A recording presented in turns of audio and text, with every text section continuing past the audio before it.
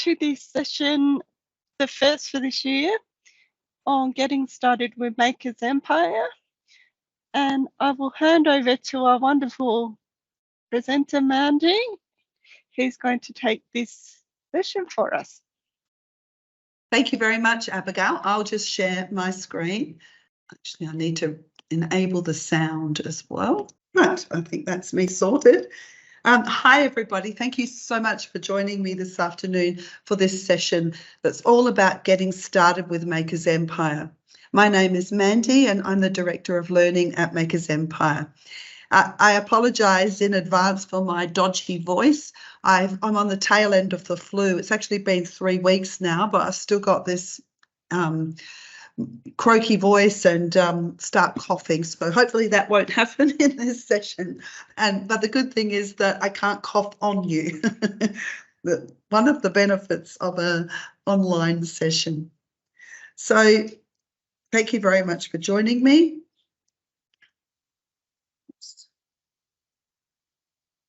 Okay. So as I said, my name's Mandi Dimitriadis. I am the Director of Learning at Maker's Empire. I have a background in education, mostly primary school teaching and special education. I've also worked in museum education and I was the education officer at the Maritime Museum for 4 years. And then I spent 4 years in the education department central office working on Australian curriculum and pedagogy. And then 8 years ago, I met the team from Maker's Empire, and here I am today. During this session, if you can keep your microphones off while I'm talking, but please turn them on if you'd like to contribute. We're a small group, so very happy for you to ask questions or contribute as we go. Definitely use the chat function, which we're doing already. Abigail mentioned cameras, and of course this is being recorded. I would like to begin by acknowledging that I'm meeting you from Ghana land, and I'd like to pay respects to the ongoing and deep connections that Aboriginal peoples have to land and country. This image, I'm not sure if you've seen this book, but it's one of my favourites at the moment. It's one of Corey Tutt's First Scientists, and his book looks at our First Nations people as really being the world's first scientists, the first people to use the night skies to navigate and understand the world around them, the first people to use science in agriculture and hunting and fishing and all of those sorts of things. So I like to share this because when we're talking about engaging our students through new technologies and encouraging them to solve problems using technologies, we also want them to be able to draw on those thousands and thousands of years of traditional knowledge. So The First Scientist by Corey Tutt, illustrated by Black Douglas. So in this session, what I would like to do is a little bit of background on what Maker's Empire is all about and who we are, and then give you a bit of a tour through the main elements of Maker's Empire. So our maker world, our design tools, and our teacher dashboard. I'm doing this from a very introductory level, so we do have other opportunities for you to learn more and for you to have a go with our tools in different ways. But my aim at this session is for you to introduce you to what's available, to show you some of the key elements as the starting point. I'd then like to share with you both some examples and some opportunities to use Maker's Empire in the classroom setting, and some other opportunities that we have available for schools to get involved with the programs and projects that we work on. And then hopefully we'll have some time for questions and answers at the end. So what is Maker's Empire? Well, Maker's Empire is a 3D educational technology company. We were founded in Adelaide 9 years ago, and we since that time, we have worked with thousands of schools around the world. We're still very much a South Australian company based at Lot 14 in Adelaide, but our vision is to work with students and teachers around the world. So what we really want to achieve, and I'm sure you share this vision, we'd love to see every child and young person empowered to be a creator, innovator, and problem solver. We really believe that every child can make their world better, and that this skill set and ways of thinking are crucial to empowering our young people to make their world better. The way that we're trying to achieve our mission is by developing children's creative confidence and their design thinking skills, and a real interest, active interest in STEM. And to do that, we use our fun and easy to use 3D design software and learning programs. What we offer at Makers Empire has 3 pillars. So the first pillar and our core product is our fun and easy to use 3D modelling software. This has been designed for children from 5 to 14 years old in mind, and it's able to work on any platform. So it works on iPads, Macs, Androids, Windows machines, Chromebooks, all of those things. It's also been designed specifically for that young audience in mind. So it's bright, colourful, easy to use, intuitive, and it's also game-based. There's a lot of engagement tactics we use to encourage students to keep trying with their designs and their learning and keep motivated. One of the unique things about Makers Empire is that it has been designed from the ground up for that young age group. Some of the other 3D modelling softwares out there for young children are simplified versions of more technical or professional CAD. So that's where we sit. So we are 3D modelling software, but we're really a learning program about design thinking and creative confidence. We package our 3D modelling software and program together with a teacher dashboard. The dashboard is where teachers manage their classes and download designs for 3D printing, because everything you make in Makers Empire technically can be 3D printed, but you can also download students' designs and use them in AR or VR, which is built, the AR is built into our app as well. Also through our dashboard, teachers can assign challenges and missions, design missions to students, assess and provide feedback, as well as access a range of resources we have available to support teachers with your work.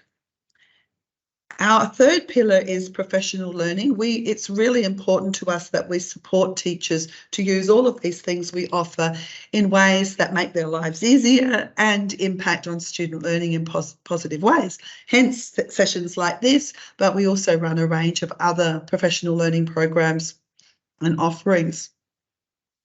Makers Empire has been the subject of a number of university research studies.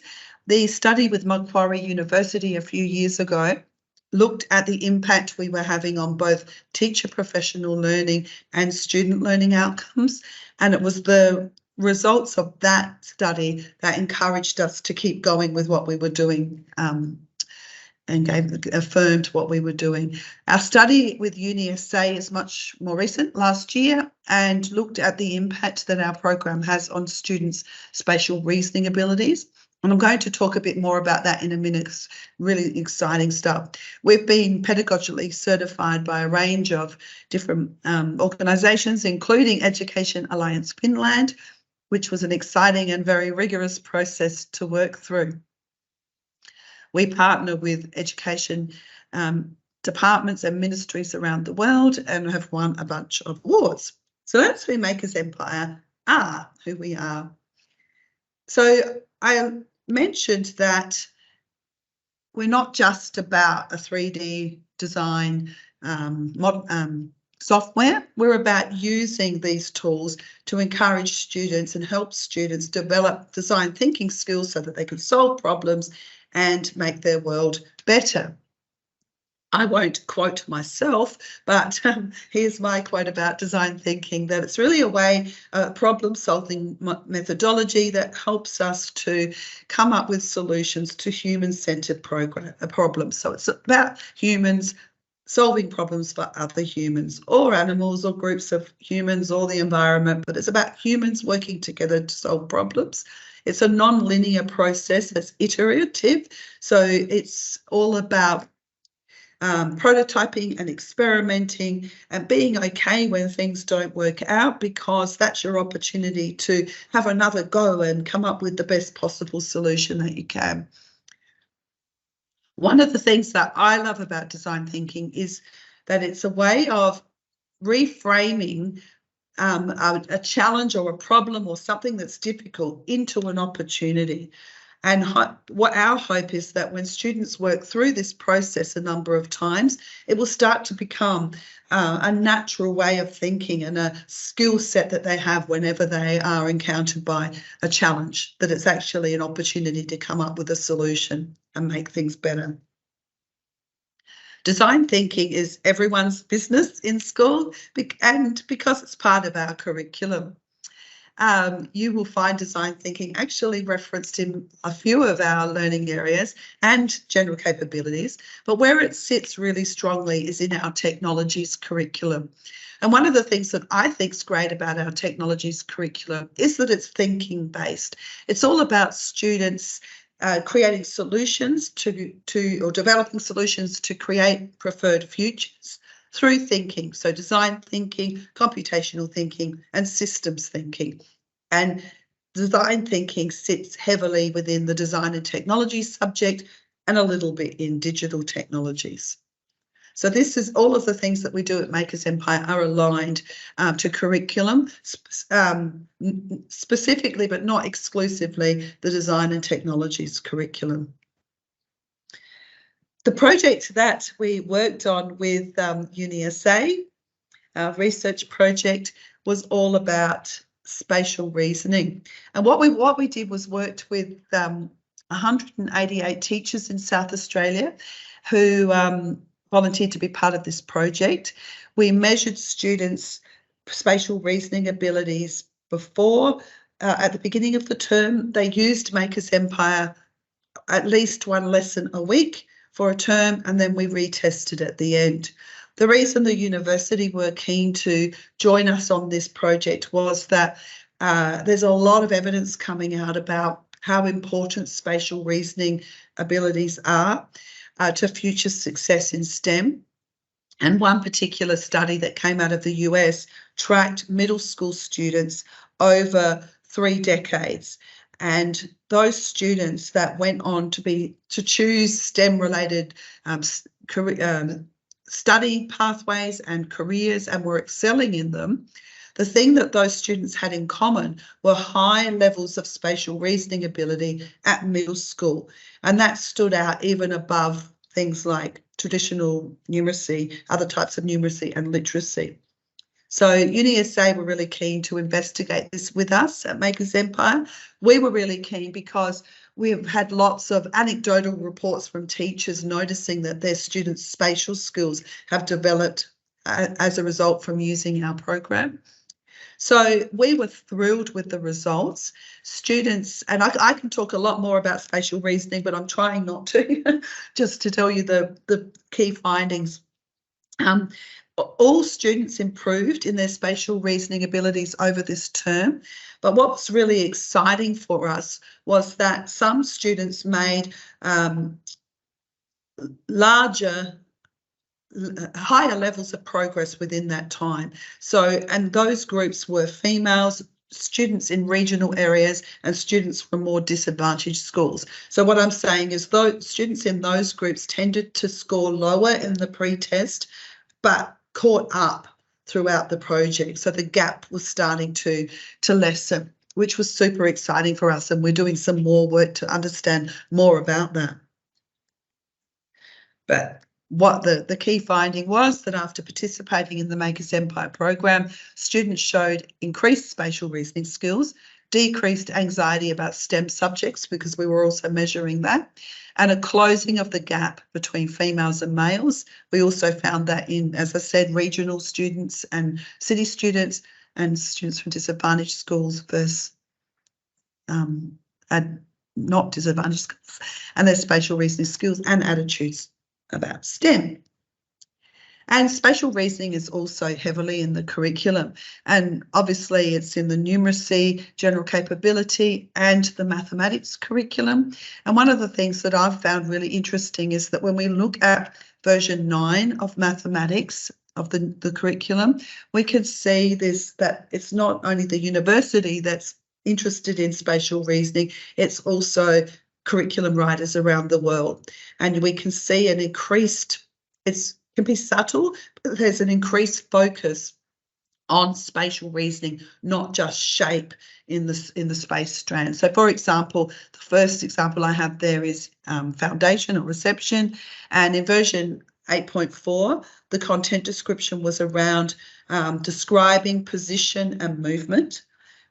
Version 9 is also about that, but it's also describing position and location of themselves in relation to other people and objects, which is all about spatial reasoning, where things are in relation to other things or our bodies.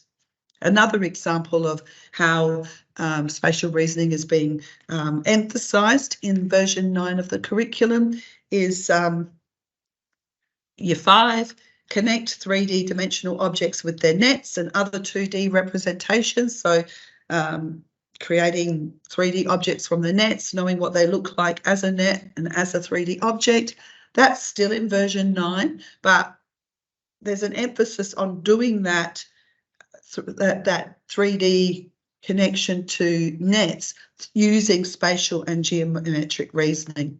Anyway, I just wanted to make the point that spatial reasoning really matters. It's something that we can help our students develop, and we're finding that Maker's Empire is a great way to do that. Yeah, I'm not...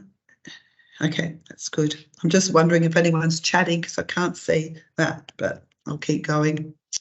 Okay, so what I'm going to do now is hop out of my presentation and into the Maker's Empire app. We'll start with a tour of what we call Maker World, and I'd like to give you a little bit of an explanation about what happens in Maker World. So this is where students land when they first log into Maker's Empire. The very first time they log in, most of these areas are going to be greyed out, and that's because we want students to do our basic training tutorials first so that they're familiar with the software, that they have had an opportunity to learn how to use some of the basic tools before the world opens up and they can do the other activities. So I'm just going to go into our training lab. And as I said, our students start in basic training. The very first thing they're asked to do is to create their avatar. And we do this as a first activity for a number of reasons. Firstly, we want the students to start getting creative straight away, but also it's that message about being digitally responsible. So we're in a digital space. We know it's a safe space, but we're still not going to put our own images or any personal information on here. So we create an avatar to represent ourselves. We then move on to doing a series of little tutorials. It feels like we're playing a game, so I'm looking for the coloured lollies or candy, but what I'm actually doing is learning how to move the camera around in the 3D space. Throughout Maker's Empire, you will find this little speaker icon, which is a text-to-speech tool. So if you've got younger students, which most of you have, or lower literacy levels, the students can be supported by having the instructions read. Hooray! You learned to look around, and you found all my candy. So that's available throughout the app. So once students have worked through those basic training tutorials, which tends to be the first introductory lesson, create your avatar, and now work through our basic training, we can then access other parts of the training lab. In Pro training, we have a range of ready-made projects. Let me find one. Sorry, I'm in an admin view, so it's a little bit odd. So a range of projects that we can do, and step by step. So this is a way for students and teachers to develop the design skills and learn how to design things in Maker's Empire. I like to think of it as digital Lego, that if you have Lego, you can build anything you can imagine, but you can also buy a kit and work through this step-by-step instructions using just the pieces you need for a particular project. So that's what this is like. You know, I'm making a tree for a forest step by step. There's many, many ways I could make a tree, but this is an example of how you might do that while you're learning to develop some skills. Green. Whoops. I'm in tutorial, so it's not letting me deviate from the instructions. But anyway, so there's a range of these pro training tutorials for students to develop their skills and get some confidence. Our video room, as it suggests, is a video. It has videos. These are all created by our student ambassadors. Excuse me a minute.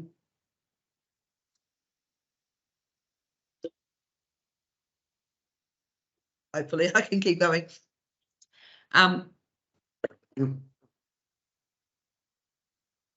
More drink. When we notice students doing amazing things in Maker's Empire, we invite them to become student ambassadors. And one of the things that they do is create these little videos showing other students how to make their amazing things that they come up with. And so these are YouTube style things where the student is designing with a screen share and you can hear their voice. And other students love this, learning from their peers and being inspired by their peers. So that's the video room. And the rest of Maker World is where we have our inbuilt content. So content that we've provided from Maker's Empire, or content that teachers have assigned to their students. You can use Maker's Empire as a free-form design tool, which I'll show you in a minute, but you can also embed it in your learning programs, in your design and tech or STEM programs by using some of these functions that I'm about to show you. I won't go into Maze Mania. Maze Mania is a game-based design challenge where students create mazes based on criteria and solve each other's mazes. Kids love it. Sometimes they love it too much and it gets distracting, and you can disable it during school hours through the dashboard if you want to. But anyway, so firstly, I'm going to go into the competition arena. Every month we have a different design competition, always design based. This time we've partnered with the Commissioner for Children and Young People's Digital Challenge, and we're challenging students to design a toy or a gadget for someone their own age who's moving to Mars. And students create their design.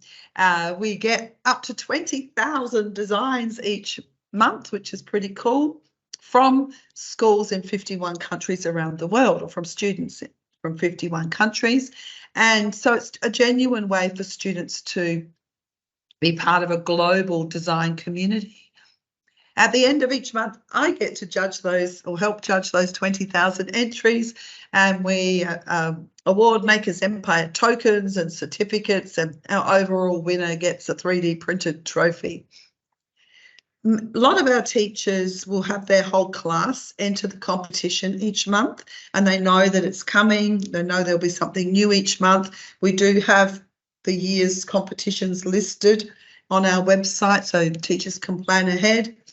I've also seen it used as a homework task or an early finishing challenge or something like that. Along those lines, we have our daily challenges, which are calendar-based inspirations for design. So today apparently is Sewing Machine Day. The first sewing machine was invented in 1790, and the challenge is to use your imagination to show us what you would like to create with a sewing machine and some cool fabric. So every day there's just this kind of prompt as a design inspiration. Sometimes they're based on special days that are happening around the world. Sometimes they're things like, on this day, the first escalator was patented. Can you design a new way to get higher, on a higher level in a building, for example? There is a calendar of these on our website as well, so you know what's there. But once again, I've seen teachers use this as a group challenge or a homework task or something like that. So having given you a tour through that back section of Maker World, I think perhaps that the most useful elements for you are going to be here at the front. So we have Challenge Central and we have Mission Control. I'm going to go into Challenge Central, and what you will see here, or what a student sees here, depends on what's been assigned to them as a teacher. By their teacher. And we've developed a range of challenge courses from reception through to year 8 that you can have access to through the dashboard. So let me give you an example of what a challenge course is. If I go to Oceans of Trash. So what we're trying to do with our challenge courses is really mirror what our successful teachers were already doing with Maker's Empire. And they weren't saying, go off and design something. They were embedding the design and the design thinking processes into their learning programs through STEM, through other curriculum areas. So it was part of the learning, and the design element had a purpose. So what we've tried to do is package up what we saw teachers doing really well into units or modules that everybody can use. So we start off with a series of videos. So this one, which we create in-house at Maker's Empire. Did you know that 70% of the Earth's surface is covered by oceans? So why are oceans important? Well, if we didn't have oceans, we would have trouble breathing. Over half of the world's oxygen is produced by our oceans. Sure, you get the idea. So they're 2 to 3 minutes long, BTN style videos. We then, after we've watched the video, we go into our quizzes, and our avatar is now in a quiz show, answering questions related to the video we just watched. So how much of the Earth's surface is covered by oceans? Anyone pick that up in the video?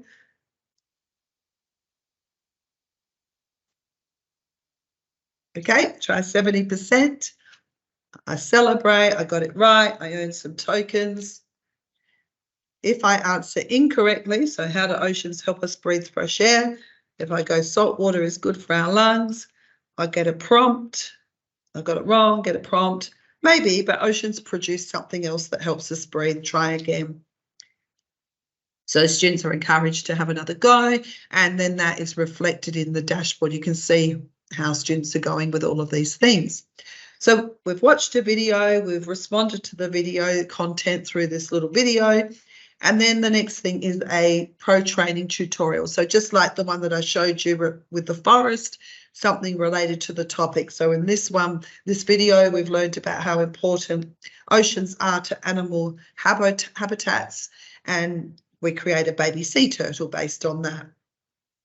It then moves through that pattern. Each activity opens up after the students completed the previous one, and we have this pattern of video, quiz, pro training tutorial through the different sections. So why are oceans important? How our oceans are polluted and why that's a problem. Specific focus on plastic, and so on. So it moves through those units, those little modules, and then students have an open-ended design challenge at the end of the design of the challenge course. In this case, it's to invent something to help protect our oceans. So maybe it's something to clean up a pollution, or maybe something to stop pollution getting there in the first place. They then have to pitch their invention through a scaffolded reflection quiz. What did they make? Why did they make it? What problems did they have? And then they're done. So those are our challenge courses. They're available for a range of year levels, and I'll show you where to get more information about that. At Makers Empire, we're producing at least one new one of these every term, so keep an eye out for new topics that are coming. The other area in Maker World that is useful is mission control. So the idea of mission control is that you report to the astronaut, collect your mission, and in this case, what a teacher will see here, what a student will see here is what their teacher has assigned to them. We have some inbuilt missions created by a Makers Empire, but teachers can also create their own. So here's one. My teacher wants me to do super slide, design a playground slide that 3 kids can slide down at the same time. There's some criteria around it needing to be safe to climb up and slide without bumping into each other. So I click on that, I start, and then I can, there's a video, some of them have video instructions too, and then I can get started creating my playground. And once I've submitted that, the teacher can see it in the dashboard. So that is Maker World. It's an interactive design space with lots of interactive content and activity. Some of our teachers just want to use Makers Empire as a design tool. So they might be doing a whole unit on playground design, integrating with maths maybe, and creating a new playground for their school. So they might just want to send the students on to Makers Empire to create playground equipment. So in that case, you can go straight to our creation modules. We have Shaper and we have Blocker. Shaper is all about combining shapes. I'm not going to go into a lot of detail, but we have more about this on our website. So we can combine shapes, join shapes, cut shapes out of each other. Whoops, I didn't bring that down in further enough. Group my shapes, cut shapes out of each other, and all sorts of things like that to create new objects. Blocker is a little bit like Minecraft. So if you've got students who love Minecraft, they'll just take off with this and we can build all sorts of things using cubes or blocks.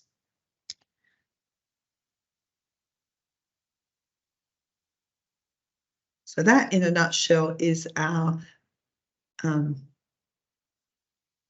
design tools. I'm just going to hop into the gallery now and show you a couple of things that we can do here. What a student sees in the gallery depends on the privacy settings that you have at school. I've got mine open so I can see everything, but that would not be the case if you have different privacy settings. So I'm just going to show you that you can click on any design. And if your students are interested in how this was created, they can click on the replay button and see what the student who originally created this racing car did to make it.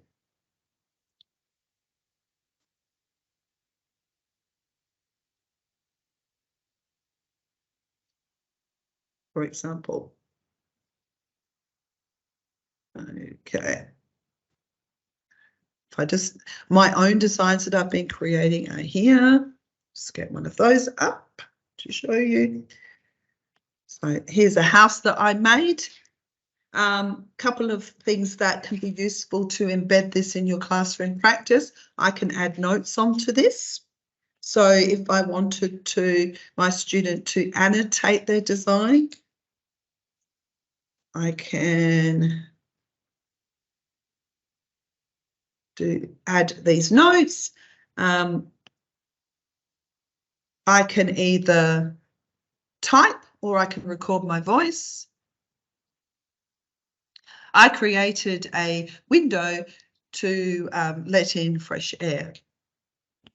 And then once the student has done, you can then play this sequence back. I created a window to let in fresh air. Yeah, so I've seen this is a good way of teachers asking students to explain their design decisions, what they did, label shapes. I've even seen it used to create a narrative where the student designs a scene and then uses the notes tool to tell a story or a narrative. We also have the AR tool. I can't demo this because I'm on my laptop, but if you're on an iPad or a phone, you can turn the AR on and view this in the real space. So for that playground example that I shared, the students might go out and show their playground equipment and view it in the actual playground and take a selfie of what it looks like and whether it fits with the environment and so on. I'm now going to leave the app and go into our teacher dashboard. The teacher dashboard is very similar to dashboards in other programs that you may be familiar with. We have our classes and students in our class and then the designs that they've been creating. So this particular student's created 317 designs and spent about 11 hours on here.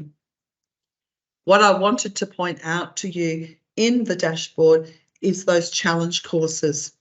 So if I go to student work, challenge courses, and we have a lot of instructional videos on how to do all of this, so don't panic if you're not following along, just so you know it's there. So when we go in here to available courses, we can see all the different challenge courses that are available to you. If you want to find out more about one, you click on details. So if I go into Fabulous Fairy Tales, it will tell me a little bit about what it is, the learning objectives, and then over on the right-hand side, it gives me an overview of all the different videos, quizzes, and design tasks that are involved. So you can make a choice about whether this seems appropriate for your students or not.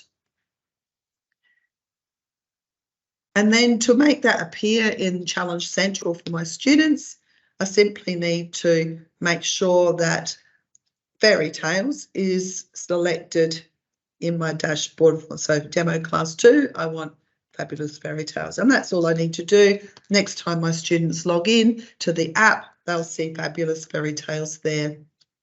And then once the students start working through those challenge courses, we can see where they're up to, which is much better than having to go to every iPad or laptop. So if I go to that Oceans of Trash challenge course that I was demoing and have a look,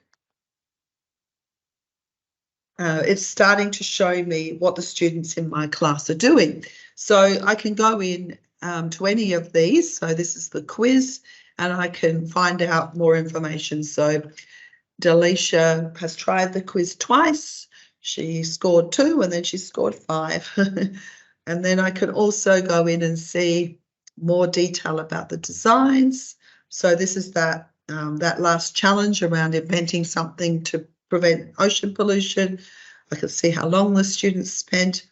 The effort score is a measure of complexity. So sometimes a design might look really simple, but the students actually spent a lot of time moving and manipulating and using different objects and trying things, and vice versa. So the effort score measures how many different movements and tools they use.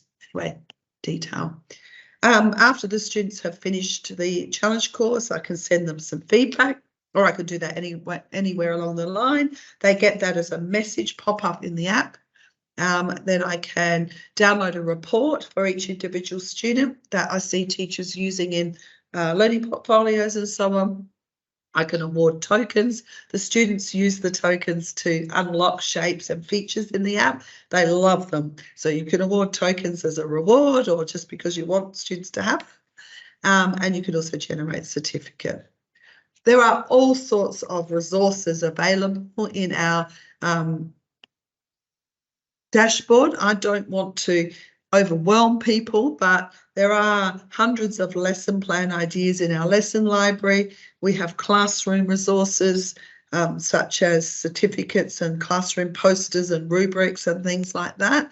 So what I'd recommend you do is have a good look around rather than me overwhelming everybody now. So that is what our dashboard looks like. And now I just want to tune into what might be useful for you in your classroom.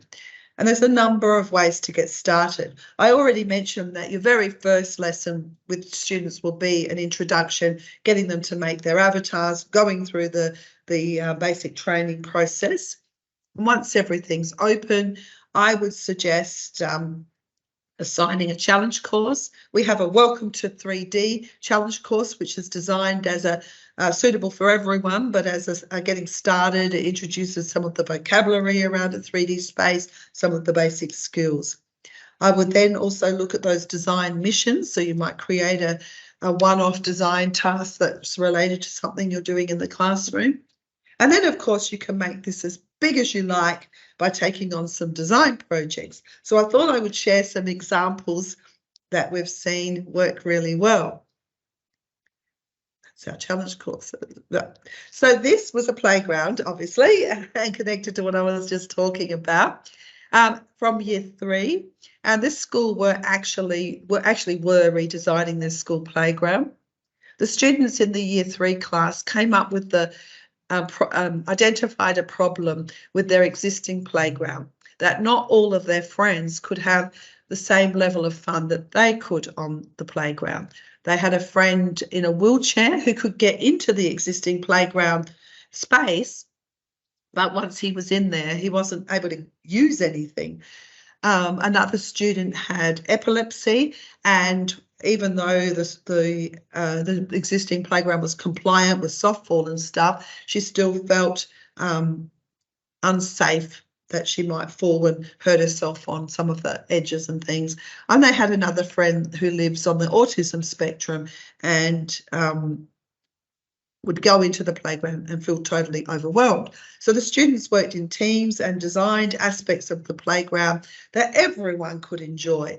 And these are their models, which they presented to Governing Council and the builder. And you can see some of their ideas here. So on the left-hand corner, bottom left, that green and pink square there, that was a little safe space for anyone who felt overwhelmed. And they actually designed it so that it's got the child on the autism spectrum's favourite numbers and things inside it. So that's what they were doing. And they actually did end up building or using some of these ideas in their playground. This is a reception project. These are unique monsters, and it's a health and PE unit of work around how we're all unique and special. So the students created a monster that was different and special to everyone else's monster, and it was used for a bunch of oral language and literacy activities as well. But they looked super cute when they were printed out, and the students really enjoyed having that tangible result of their design. Mandala Primary School, if you don't know, is in the southeast, very small school, and they're about the same as Lenswood, I think, and their Local Progress Society put out a call to the community to design Welcome to Mandala artwork, like a sculpture or something. So the teacher identified this as a great real-world design challenge for the students. They went out to the entrance of the town and measured and considered road safety and things like that. And then they came back and thought about how they wanted to represent their town. So agriculture, whatever, forestry, whatever it was that they wanted people to know about Mandala. And then they created their scale models of what this would look like if it was actually built. They presented that to the Progress Society, including a plan for the materials that would be built out of to be sustainable and durable and all of those things. These were then on display in the local shop window, and the public voted on which one they wanted. And it was super exciting because it was a public community project, not just a school project, but the school went on, and I won't spoil it. If you drive to Mundalla, you will see what happened. Here's another playground example from a Year 5 class. I included this for a couple of reasons. I really liked the integration with mathematics and drawing the scale drawings, but also showing the range of ways that students can prototype. So they could develop a 3D printed prototype of their playground equipment, which is the green and brown there, or they could use other craft type materials. So as a prototyping tool, it's a great option. And here, this is integrated into a unit of work on a science unit on animal adaptations. So the students created an animal and then built the environment that animal would need to survive in. I've also seen animal adaptations work really well where the students are given a random animal, like say a polar bear, and the design task is to adapt the polar bear so it can survive in the desert, and then using the design tools to do that. Or maybe one student makes the polar bear and another student has to add adaptations to that design. Yeah.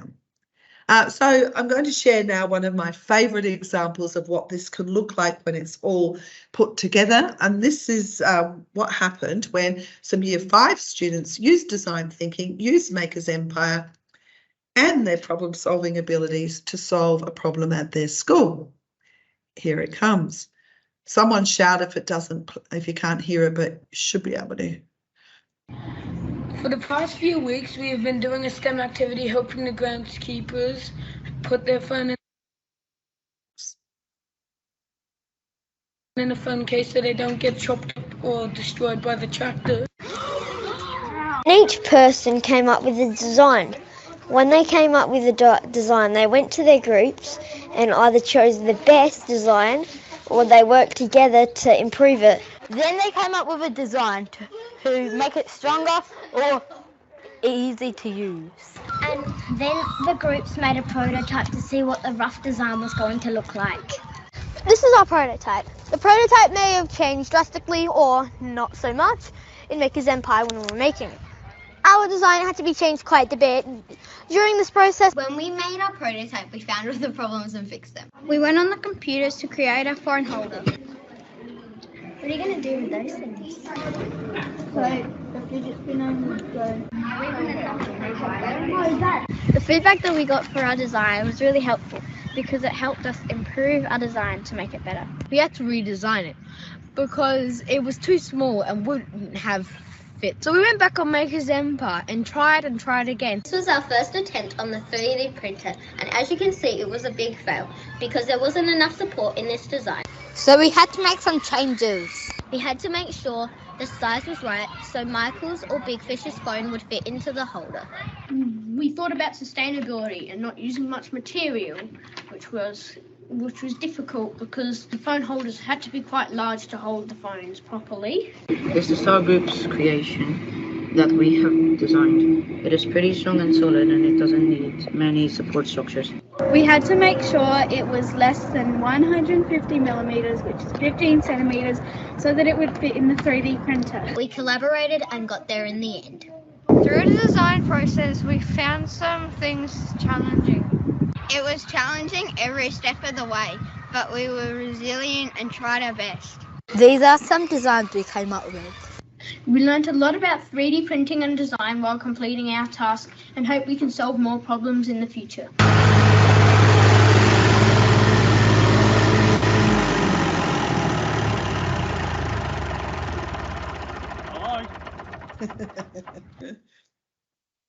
Yeah, so I guess the possibilities are endless, and we're very excited where teachers take this. It always excites us to hear stories like that. So I'm conscious that time is running out, as always, but I did want to share, if you're interested in finding out more about Makers Empire, very happy for you to email or call, or let Abigail know. We do have a series of other webinars that build on this one if you want to find out more, but also there are a couple of other ideas. So we run what we call managed projects over the period of a term. These are free if you're a Makers Empire customer, and at a small cost if you want to just join for the term. And the idea is these projects centre around one of our challenge courses, usually a new one. So we're just finishing up strong structures and about to next term look at sustainable communities and wellbeing in term 4. And what happens is we use the challenge course that you can use on your own anyway, but we support you with ideas. So every week you get an email with some support around what we think you could do that week and some other suggestions if you want to take it further. There are some webinars to get involved in for help and support. And then at the end, you can submit some of your students' designs to go in an online gallery. So if you're interested in that, just hop on the website and take a look at our managed projects. We also do more long-term 6-month type projects with partners. So we partner with the Andy Thomas Space Foundation, a bushfire charity, construction and so on. And these are sponsored projects. So you apply to be part of this, and if you're successful, your project costs are funded by us and our partners. To read more about this, hop on the website, and what you can do is submit an expression of interest if this sounds like something you'd like to be involved in, and then we can keep you on our register if an opportunity comes up. The projects vary in length. They're generally over 2 terms. They involve professional development. They involve students coming together at the end for a showcase day. You can see the ones with our Bushfire Brave. They're showcasing. I'm actually running our Careers Under Construction showcase day this Friday for the 2023 version. So lots of opportunities there. Some of the projects will include a complimentary 3D printer. Some we do the printing for you instead, but have a look if you're interested. Also, we encourage you, if you would love to have a go at Makers Empire and not sure if it's right for you or not, or just want to check it out, you can sign up for a trial. So you just go to the Makers Empire website, makersempire.com, and click on Start Trial, and you can have access to everything I've showed you today for 60 days. So I encourage you to do that. I encourage you to check out the other webinars that Abigail is running with me. And I think, I've left 4 minutes for any questions. Abigail, are there any questions coming through the chat? We don't have any at the moment, but please feel free to type or come off mute. Well, thank you, everyone, and thank you for putting up with my dodgy voice and sucking buttermenthols and things, but we made it, and I loved sharing what we do with Makers Empire with you, and hope to catch up with you all soon. Thank you so much, Mandy. I will send a follow-up email with a link to the recording and a few links to some of the resources that Mandy shared with us, especially at the end. But in the meantime, enjoy the last few weeks of term 2, and hopefully we see you in another session.